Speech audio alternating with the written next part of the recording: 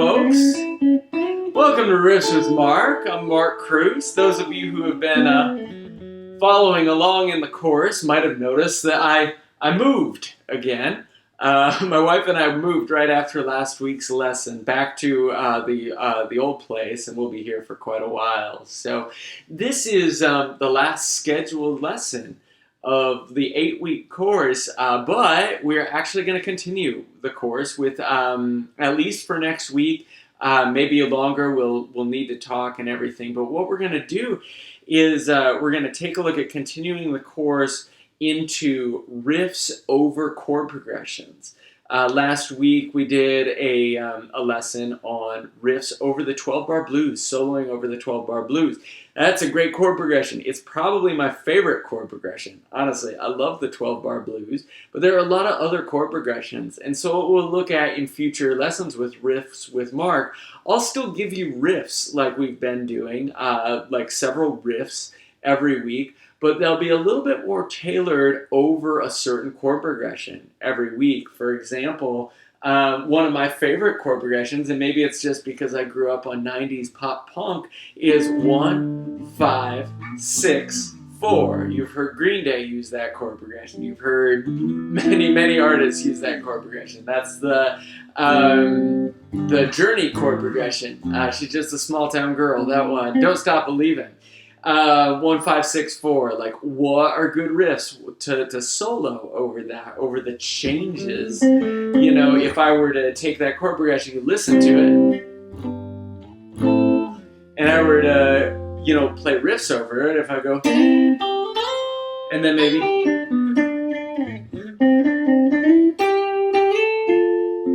like, you can kind of hear the chord progression underneath those riffs, how we're outlining that. And that's the kind of thing that we'll look at in the coming weeks.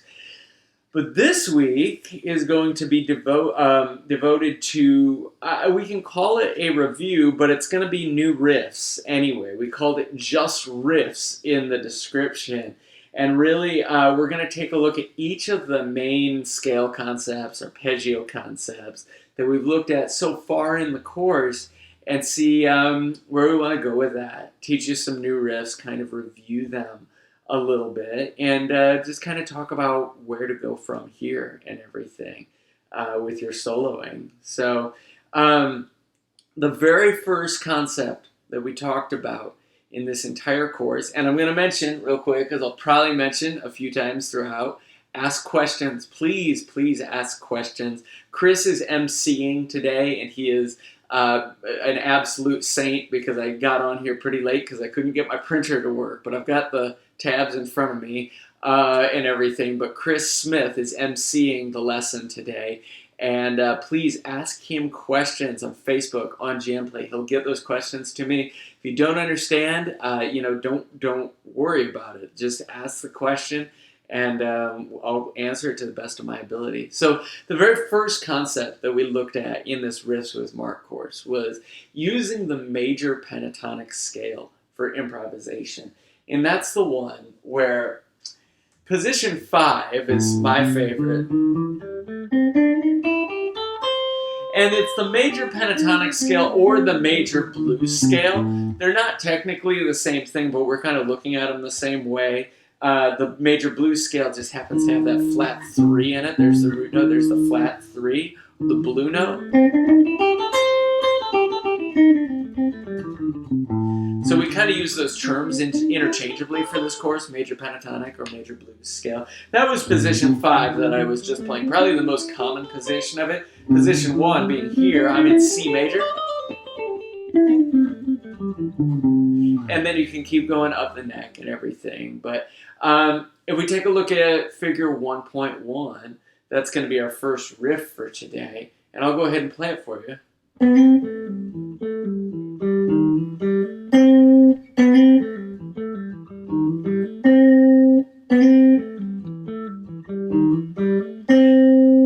Now the whole idea with this course is being able to see these riffs in the scale, in the arpeggio that you're using, so that you can use them in different songs, in different keys, and different solos. So this one uses that position 5, that position I just talked about, If you see it, there's the blue note right there. That's the first note of the second measure. It's right there in position 5. And I'll play it very slowly. Start on that G string 5th fret. Pull off. Oh, sorry. Now here, I'm on that 7th fret of the A string. I'm going to flatten my ring finger and hit that 7th fret of the D string. That's how I do it. You could use your pinky finger. You could go...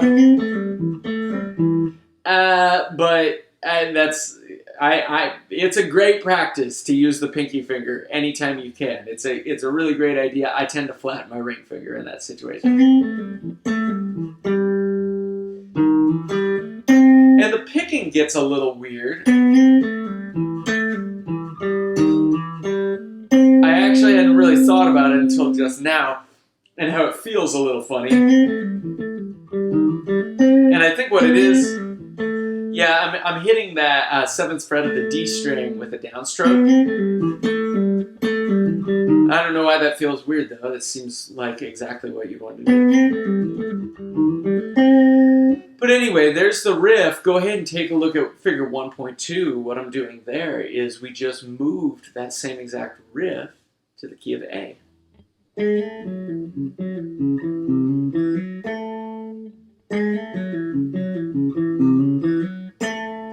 Now, what we're doing there is just the A major scale around it. I'm sorry, A major pentatonic scale around it.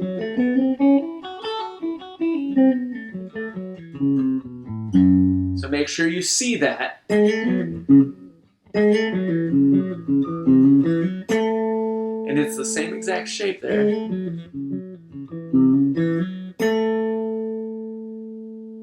And that's in the key of A.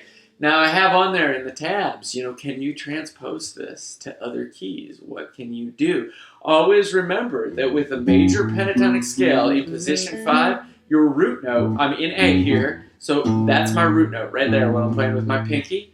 That's another root note on the 3rd string there, and that's another root note there on the 1st string. Those are all A. That's an A, that's an A, and that's an A. So the key here is A, obviously, but the key to do this is to just know where that root note is in the shape and know the notes on one of those strings. Now, honestly, as guitar players, we should know all of the notes on our instrument, right? Like, we should get really good at knowing that's a C, knowing that that's an A, knowing that that's an F, that kind of thing. But frankly, you probably know as well as I do, as guitar players, we're not awesome at knowing the notes on our instrument a lot of the time, because there's so much that we can do without knowing our notes. A lot of what we're doing in improvisation, I'm maybe thinking in scale degrees. I'm thinking, oh, that's the 5th of the scale, that's the root note of the scale. But I'm not going, during my solo, I'm not going, okay, that's a C. C natural, that's a C sharp, all right, there's an F sharp. I'm not doing that. I'm thinking in scale degrees and the shapes that I know, and that's okay, I think it is anyway. But it's going to be really important for you to at least know the notes pretty well on one string, okay? And I really suggest having it be the E string, whether it's the high E or the low E, because you learn one, then you learn the other. I remember when I started learning the notes on the guitar myself, what was easiest for me was learning the notes on the E string and the notes on the A string, because those are the root notes of my power chords and bar chords. So that's a good thing to take a look at. But for now, if you really want to focus on finding that root note on either E string, whether it's here or here, and then finding position 5 of that major pentatonic scale. So like in this situation, I'd maybe ask, where is the D major pentatonic scale in position 5? I mean, whatever position you want, but I'm going to show you in position 5. Where is a D on the low E string, or on the high E string for that matter? Take a second. And it's right here. It's at the 10th fret of either E string. So what I would do in that situation is I'd say, okay, this is my major pentatonic scale. It's there. There's the root note, the scale. There's the root note. There's the root note.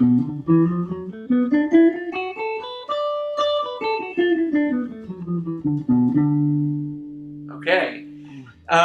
And that's how you're going to do it. How about the key of E flat? Oh, no, that's right next to D. Don't worry about that one. Don't do that one. Key of B. Key of B natural.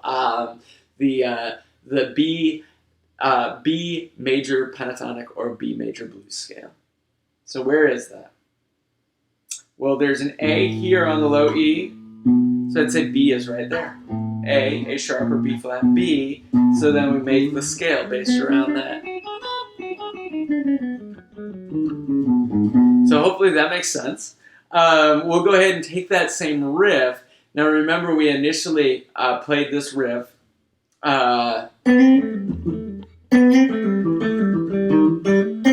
played it in the key of C, so C major pentatonic scale around it.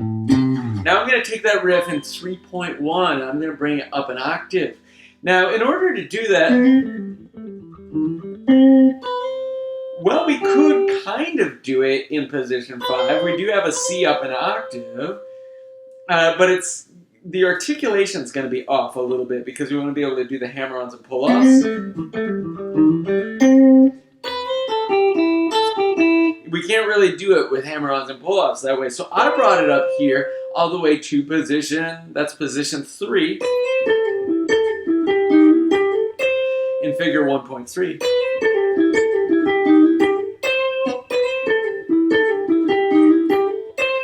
Now, one thing that you always have to appreciate about the guitar, you must appreciate it, don't curse it, appreciate it, is the tuning difference between the G and the B, okay, those two strings, all right? If you learn the 5th fret method of tuning, you go to the 5th fret of a string, and then the next string up, you tune to that, except when you get to the G and the B strings.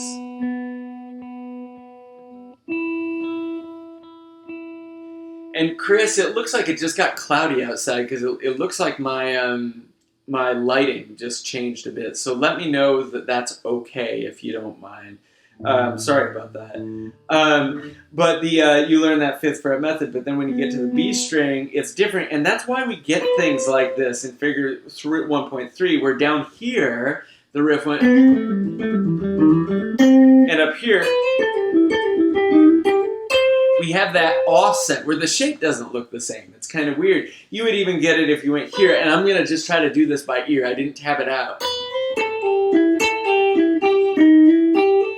That's a little awkward there in position 1. I just played the same riff. So I didn't tab that out. That's not in the tab. That is for you to find. There are many different ways that you can play most riffs. And that's something I'll always challenge you to do, to use your ear to try to find different ways to play them. It's very, very good for you as far as training your ear itself, but training your ear in relation to the guitar.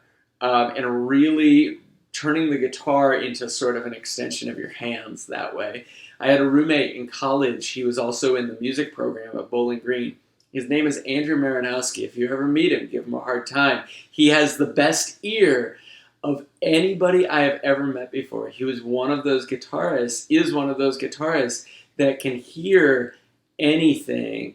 And people talk about like a friend of theirs that can hear anything and play it immediately. This guy could play anything, like the most complex, crazy metal line after just hearing it immediately. And that's kind of what you're working towards with this, is with that idea of taking riffs and finding them in different places on the guitar, is developing it so much to the point where playing it back is just as easy as thinking it back after you hear something. So hopefully that makes sense. It's a really great skill to develop. I've been playing guitar for 21 years. I'm still working on it, you know. Anyway, let's go ahead and move on to 1.4. We're still using the major pentatonic scale, but take a look at figure 1.4. I'm sorry I keep going off on some of these tangents, but I feel like they're relevant to the point. 1.4, this is in C, and it uses position 1 using the major blues scale, and it goes like this.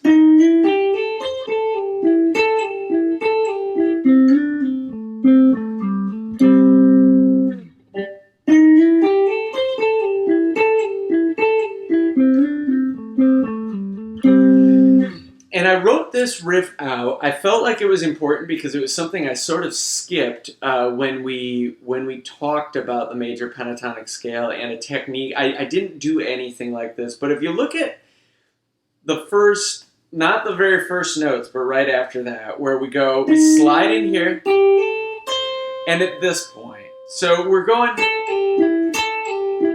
and this is a little, this is a concept that is really, really easy to do, but you hear people do it all the time, and it sounds super cool. Like, it's really cool. What I'm doing is I'm repeating a 3-note figure, okay? Do you see how I'm doing that when I go like that? How many times do I do it? Do I do it 3 times? Yeah, I do that 3 times. I thought I only did it twice. So it goes...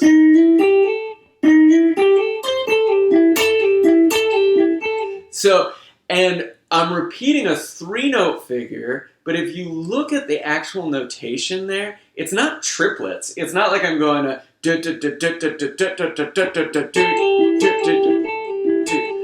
Because we're not doing triplets, we're doing 16th notes. So because it's a 3-note figure over the span of 16th notes that are usually grouped in 4, the rhythm ends up being offset every time. So if we're going 1, 2, 3, 4, 1, 2, like it's sorry, it's hard to do like that. I don't know if I'll be able to count. 2, 2, 2, 2, 2. I still can't do it, actually. I shouldn't try to do those kinds of things on the spot. Sorry, folks, but it's...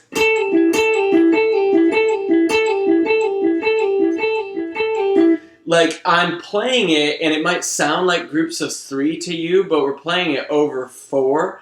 And it sounds like I'm talking about complex polyrhythm stuff, but it's really not. If you hear it in the course of the lick, or you just try it over a song that you might play, then it really, really works very, very well. But it's just that same repeated, even 3 notes.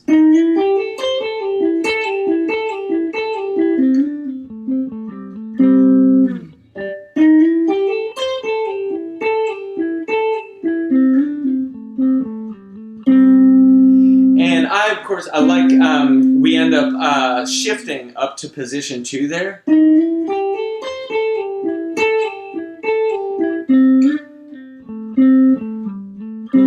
And I like ending this kind of thing with a double stop when I can. That's the root note right there that I'm ending on. And then the 5th of the scale is right below it.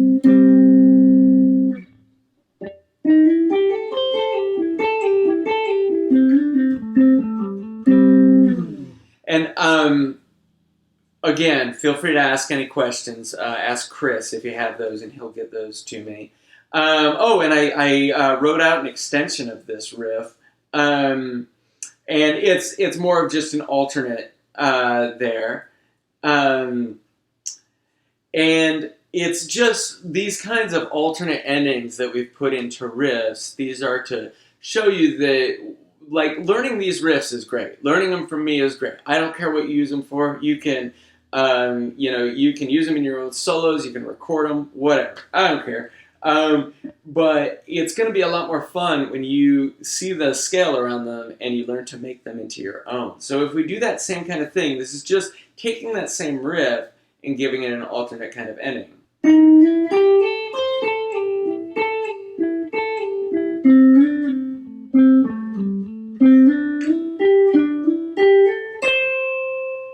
So check that out. It's kind of fun.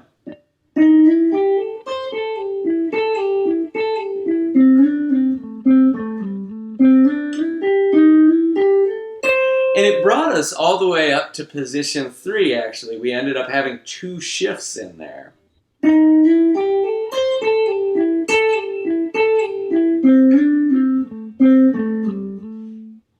And this is where it really changes. You hammer on, that's your shift up to position 3. You use that blue note there.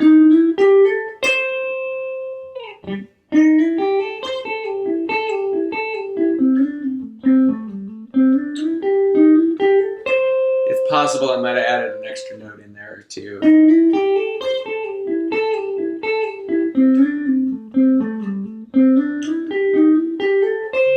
There it is. So there's your major pentatonic scale. It's a fantastic scale. I use it. Most people use what's next, which is the minor pentatonic scale, more than the major pentatonic scale, and that's fine too. I actually tend to use the major pentatonic scale more over major keys, and that's my personal preference. But the minor pentatonic scale is the one that's going to sound very edgy over everything, and that's what we'll get to in 2.2. It does look like we have a question here, though.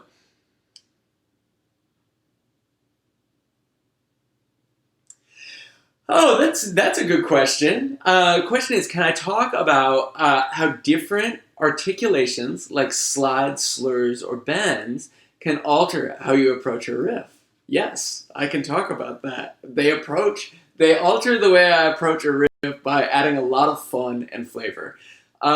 Articulations, what we mean when we say articulations are, like this person said, slides or slurs or bends, hammer-ons, pull-offs. These are the things that make a guitar sound like a guitar. Or maybe I should say, these are the things that make a guitar sound like it's being played by a human instead of being played by a robot. If that makes sense. They make it sound like a more human instrument. As far as how they affect how I approach a riff, I still have a lot of riffs that are just under my fingers that I tend to gravitate towards. When I improvise, I make things up on the spot, and it took me a while to get to that point where I really make things up, but I definitely have some riffs that I absolutely love. There's a riff from the minor pentatonic scale that I learned out of a Hal Leonard book when I first started out that stuck with me forever. It goes... And I still use that riff sometimes. It's a lot of fun. It's really cool. I should have tabbed it out here. But those hammer-ons, the pull-offs, I didn't actually play it with the pull-offs before. That's how it sounds with the pull-offs versus... It gives it your own flavor. The way that you decide to play a riff is going to give it your own flavor. What if instead of doing a pull-off there at the end, I do it more like a slide? Versus... It's slightly different, but it's what's going to add your own flavor. Or doing... things like that.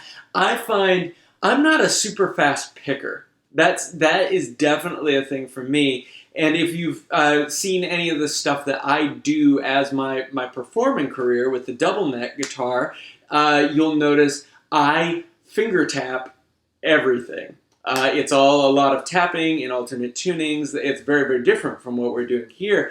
And so maybe some of that has carried over into my improvisation a bit, where I like to do hammer-ons and pull-offs. You'll notice all of these riffs have hammer-ons and pull-offs, basically, except maybe one that's in the Dorian mode. I love hammer-ons and pull-offs. I love slurs blending riffs together. Blending notes together. Bends. Bends are probably the closest thing you can do on the guitar to replicating a human voice and just passion and emotion. I love bends on the guitar. They make a huge difference. So hopefully that answers the question a little bit. I'm going to move on to the minor pentatonic scale. If you take a look at 2.1, the very first thing we're going to do is we're going to take the first riff we looked at today from figure 1.1, and we're going to look at it in the minor pentatonic scale. You'll notice the riff is hardly different. I just ended on a different note. And I don't need to look at it in the minor pentatonic scale, but you can hear it a little bit more as minor over A minor instead of C major that way. So you could still end on the C. That's in an A minor chord. There's nothing wrong with that. But you can really hear the minorness of it. So what we're looking at here is we're looking at the relative minor scale. Every major scale has a relative minor scale.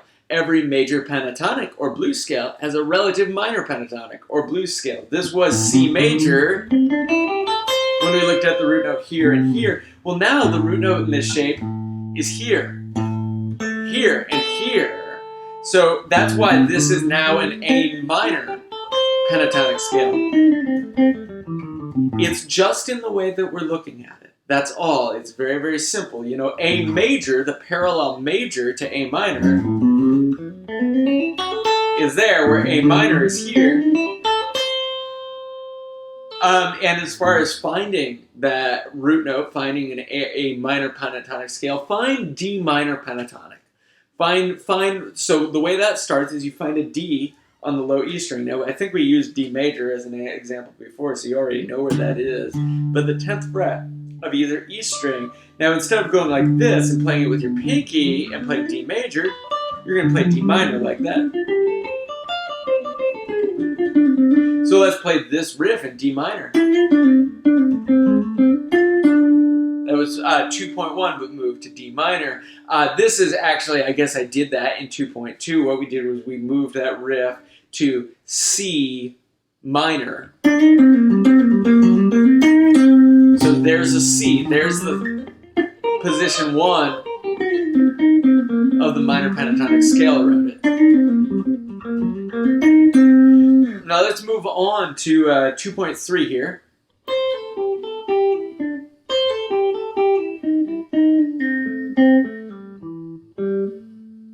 There we go, 2.3.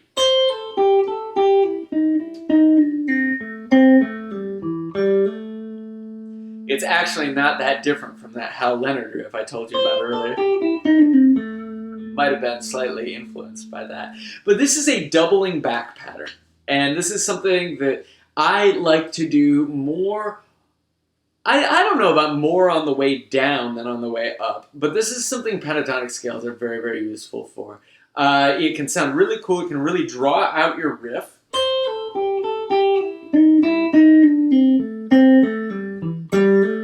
But we go down 3 notes, double back. And that's what we're doing for these first 2 little lines there. And you don't need to be obsessive about it. You don't have to do the whole scale that way or anything.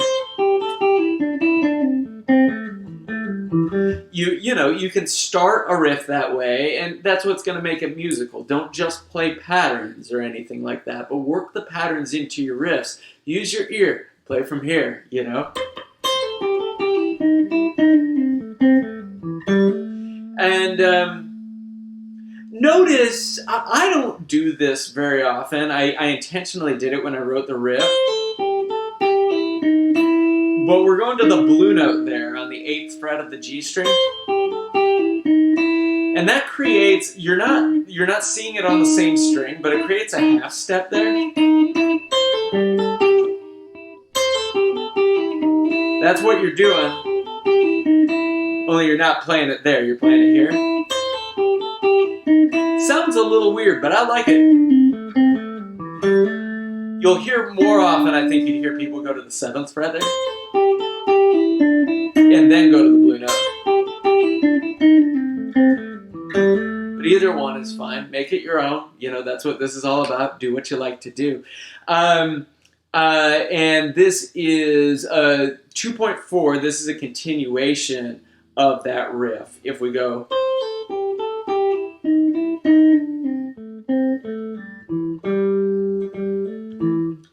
sorry.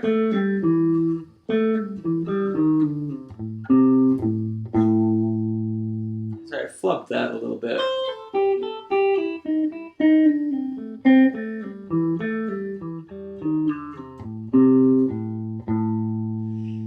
So it gets a little confusing with that shift. Oh, sorry. Down to position 5. But that's a good place to shift right there, is on that 6th fret of the 3rd string, or I'm sorry, the 5th string. So you're coming down.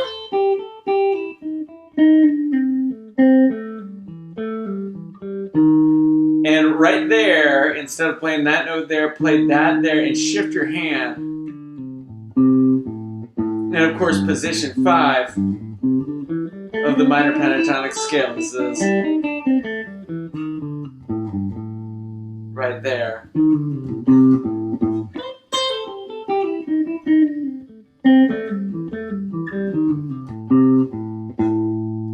And again, make it your own. You know, change something a little bit. Change something to prove to yourself that you know the scale around it. You know, change several things. You know, try doing it a little bit differently every time, and then pick a way to play it where you really, really get it under your fingers. I feel like that. If you're a beginner, this is more important than anything, is to get a few riffs really under your fingers and know where they are in the scale. You know, take a few and just really, really hammer the heck out of those and get them down. If we take a look at 2.5, I almost didn't include this, but I just really like how easy it is to play.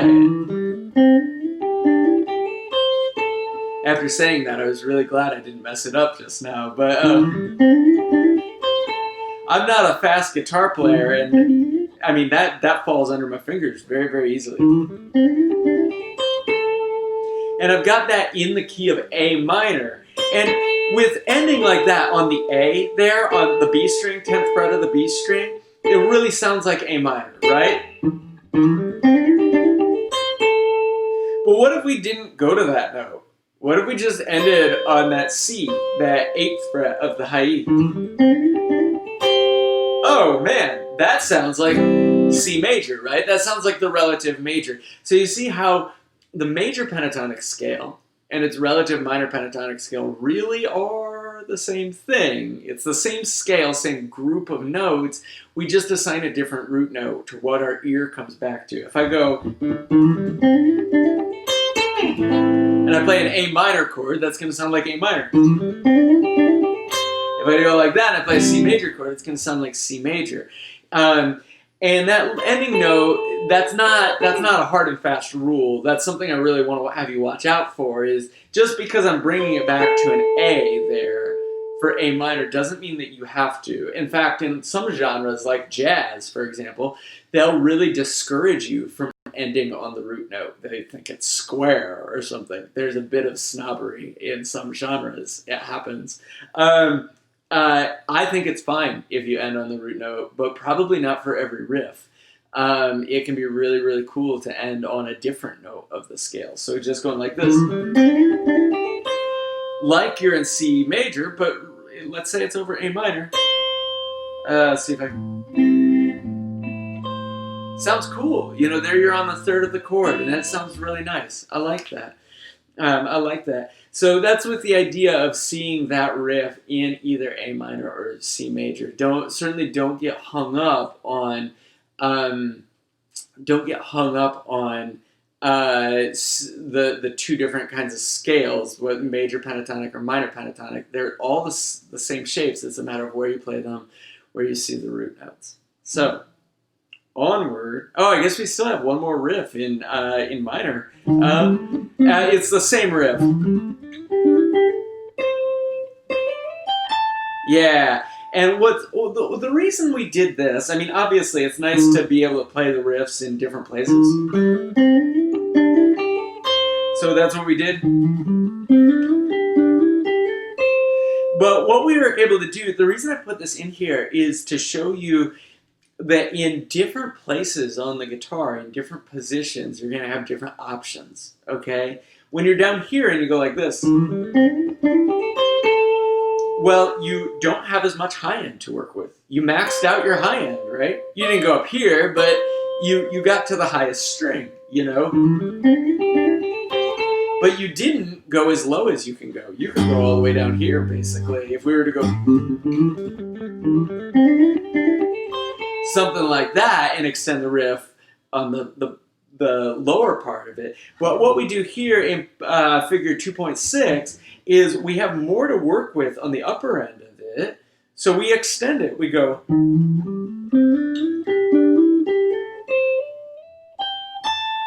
And what I really want you to take a look at is the two different places where you slide. Okay, the first time is on the D string, and you go like that. The second time is on the B string, like that. I want you to hear this on the B string, and then hear it on the D string.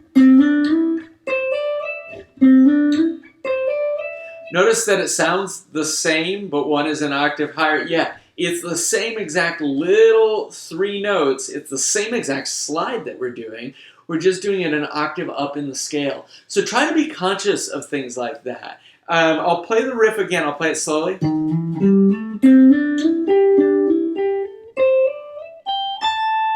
I'll do it slower.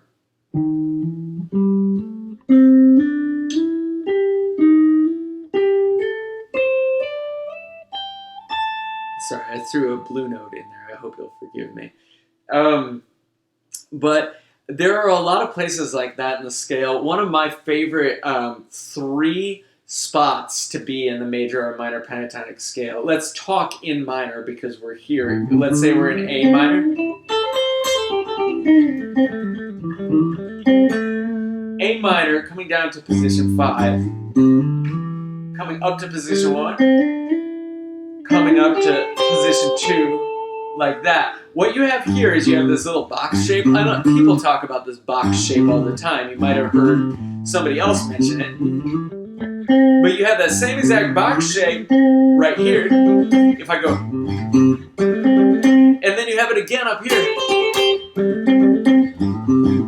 You have 3 different octaves of the same little motive.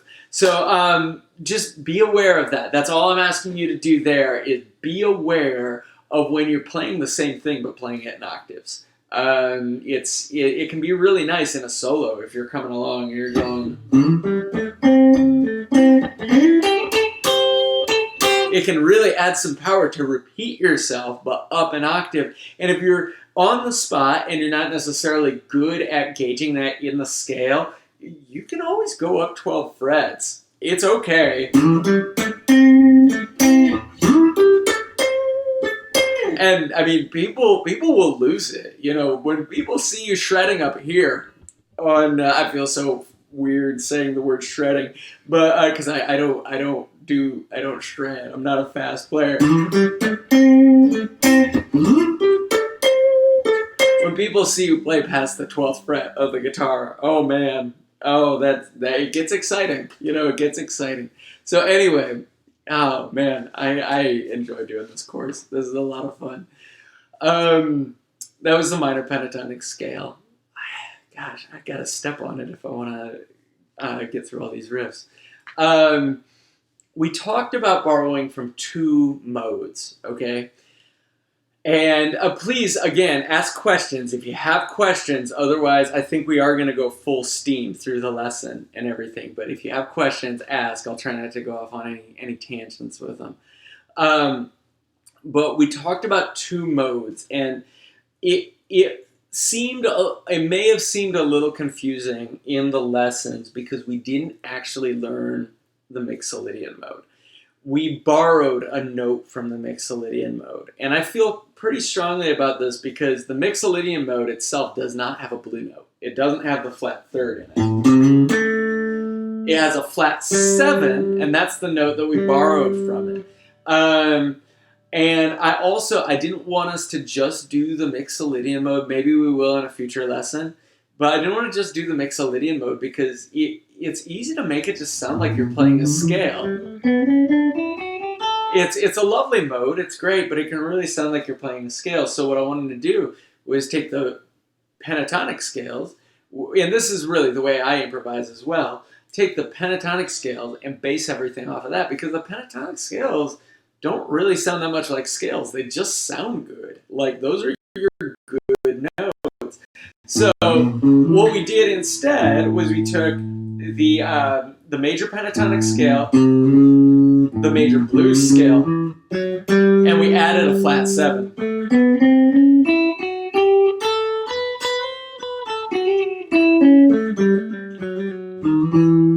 Sorry, I borrowed a flat 5 there. But we do that in one of the riffs too, actually.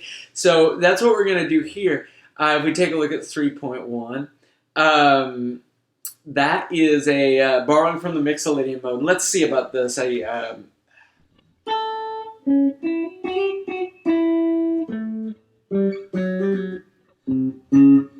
That's right. Sorry about that. I have it where it would be easiest to do this with a shift right after the first note of the second measure. Shift.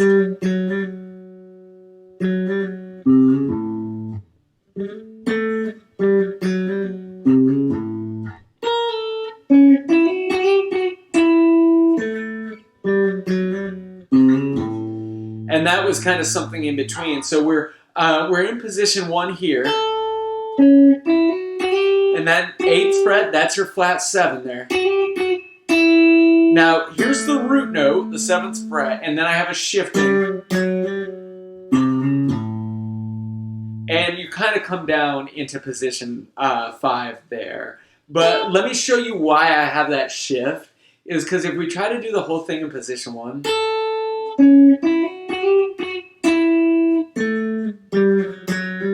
well, you've got to come down to that 3rd fret there, right? And you're already using your 1 finger, so it's like you got to leave a space to shift there, so it's easier to do the shift there. I hope that makes sense.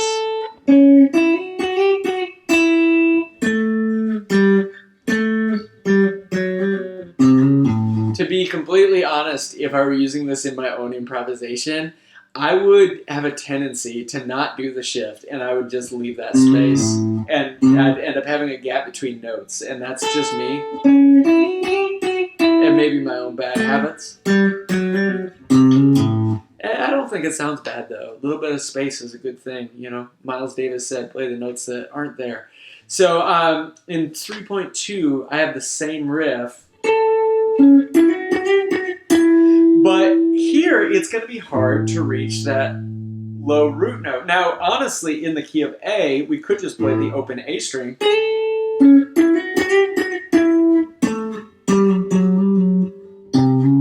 Like that. But if you want to move this to other keys and you want to keep the shape the same, this isn't a bad way to play it. So, 3.2.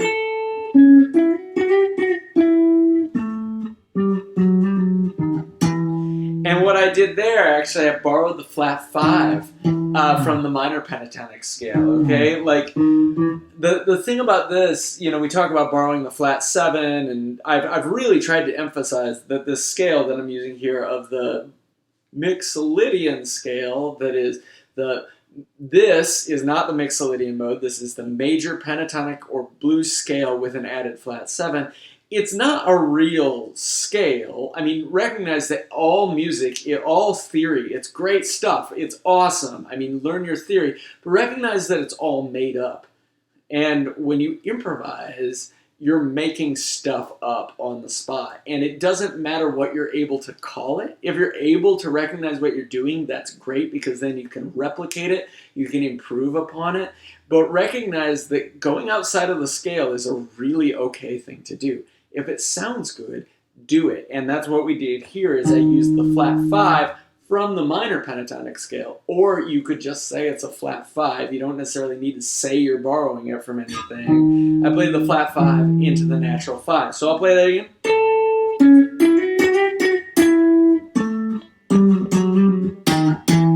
And I like that sound. I like that sound of the flat 5 in major. Like if I'm coming along, that's kind of cool. I like that. So that was figure 3.2. We have about 10 minutes left in this lesson. It might go a little longer because I started a little late because I couldn't get my printer working. But I'm going to go ahead and finish out the riffs. But please do ask any questions that you may have, and Chris will get those to me. 3.3. This is something we haven't really taken a look at very much, and that is harmonizing within your scale. This is something where usually you're going to want to use the true major scale, the true mixolydian mode, versus using like our weird version of it and everything. And that's where it is an advantage. It's an advantage to learn anything. It's an advantage to learn your mixolydian mode, your Dorian mode, all of them, and to learn it this way as well for improvisation purposes. But with the harmonizing, we've talked primarily vertically. You know, when we play a scale, let's see, this is in A, so when we play a scale,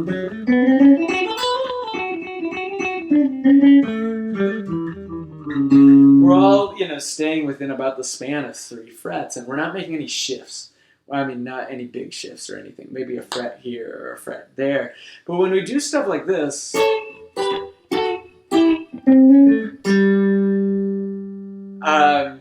you're starting way up in position 3. And that's position 3 of our sort of mixolydian mode. And each time you shift, each time you play a new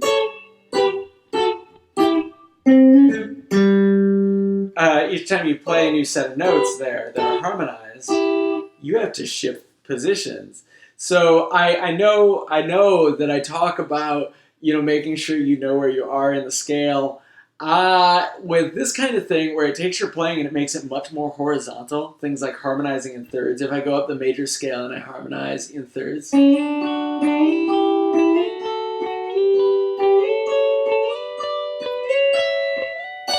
I'm not going, okay, this is position 3 of D major, this is position 4, position 5, like, I'm not doing that. You know, I'm not thinking that when I'm harmonizing in thirds. I've just practiced my scales running in thirds.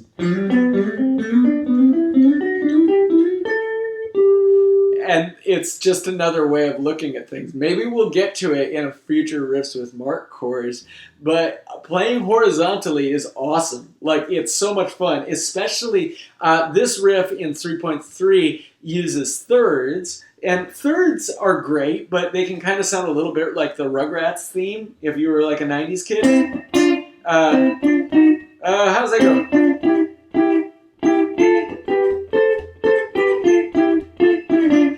If you're not careful. I mean, I think that when you descend with them, like that, I think that sounds pretty cool.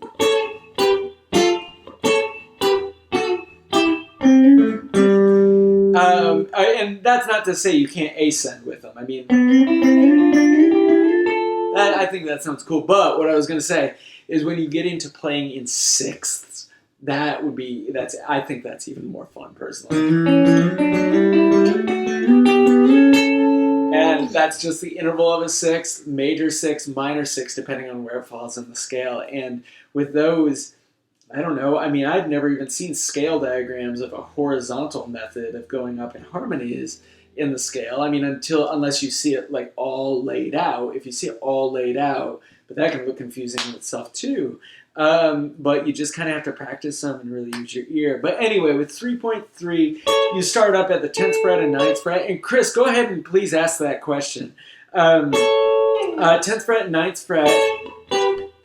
And you just come down. It's not anything too complicated, but you have a major third there, a minor third there, which uses, another major third, major third, which utilizes the flat 7. That's the flat 7 and the 2 of the scale. And then we come down, and we're in position 1 of the scale there. The one thing I really wanted to point out with this riff, though, is that it's a pattern. It's similar to what we talked about in the riff before that went something like, where we had that repeated figure of 3. Well, what we have here is we don't have a repeated figure of 3, but it happens over the span of 3 16th notes. So it's all you need to know is that it's down, up, down, up. Pay attention to the picking pattern there. And I almost wish that I put in the 16th notes as chucks, so you could go.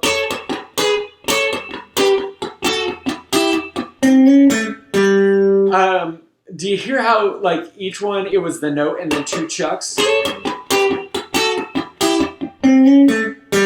It's a super common rhythm to hear in music. Like to go over 4, though. They're not triplets. We're not going do-do-do-do-do-do-do. We're going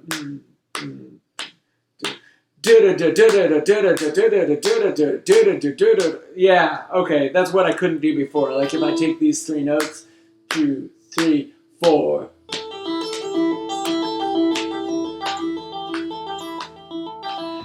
Hopefully that makes sense. That's what I was trying to get at in figure 1.4, and I'm sorry I wasn't able to do it on the spot. But that's kind of what we're doing here, but we're leaving space. We're only hitting the first one of each section.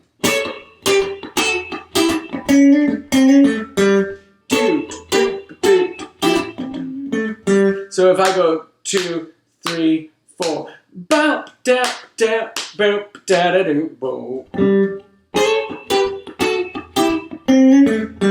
So hopefully that makes a little bit of sense. We did have a question.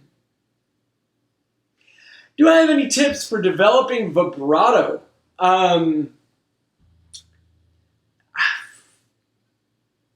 No, not really. There are 2 main kinds of vibratos that I think of. One is very tasteful, and it is side-to-side vibrato, where you can hear that pitch wavers a little bit and the note sustains maybe a little bit more than it normally would. And what I'm doing is I'm pushing down, putting down the finger, and I'm fretting the note. And then I'm wiggling the finger back and forth like this. That's how we're doing it. And it's pretty tasteful.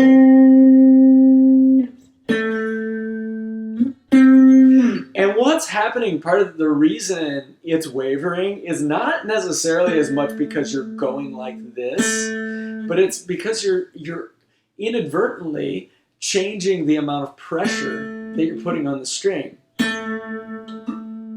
And it looks really cool, but you can also get a similar kind of effect just by pressing harder and lighter. Doesn't look nearly as cool as this though, you know? So it's a very cool technique. I hadn't really thought about it in a while. I use it a lot. Now, I said that's a very tasteful way to use vibrato. There's another very distasteful way to use vibrato, and that is up and down vibrato, which is my favorite. I really like this way. I have a classical guitar teacher that I studied with at the end of high school. His name is Roger Humphrey, and I remember him getting after me about my sideways vibrato or my up and down vibrato, however you want to look at it. But that's when you go like this up and down with the string. And it's how Voodoo Child, not Voodoo Child, is it Voodoo Child? Foxy Lady by Jimi Hendrix starts. You know, but he's got a bunch of distortion on it, so it comes out more, but he does that, and that whole thing. But when you hear that, he's doing like up and down vibrato to like really build the energy in the strings. So just try it over and over again. You're gonna find your own technique with it, but hopefully that helps. I might not get through necessarily all of these, but I am gonna move on unless we have any other questions.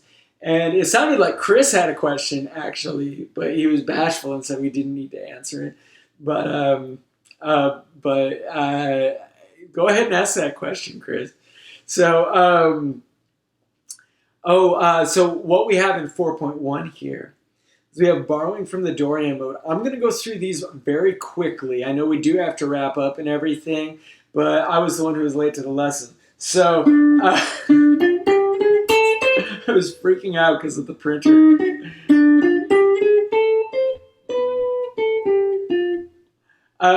And so the Dorian mode, we're not really using the Dorian mode. We're using the minor pentatonic scale, in this case D, or the minor blues scale. And then we're adding the raised 6 of the Dorian mode. So we're going.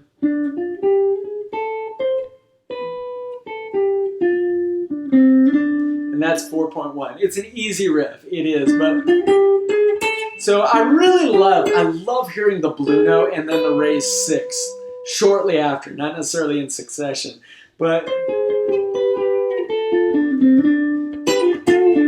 it's a really cool note. I really like it in this scale. Again, it's not really the Dorian mode, it's the minor blues scale, and we added the raised 6, but I feel like it's very useful for improvisation. I like it a lot. So I'll play 4.1 again. Oh, I'm sorry.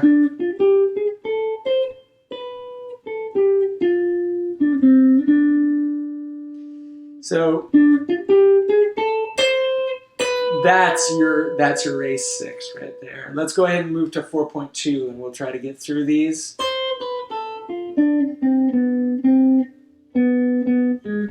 Yeah, there we go.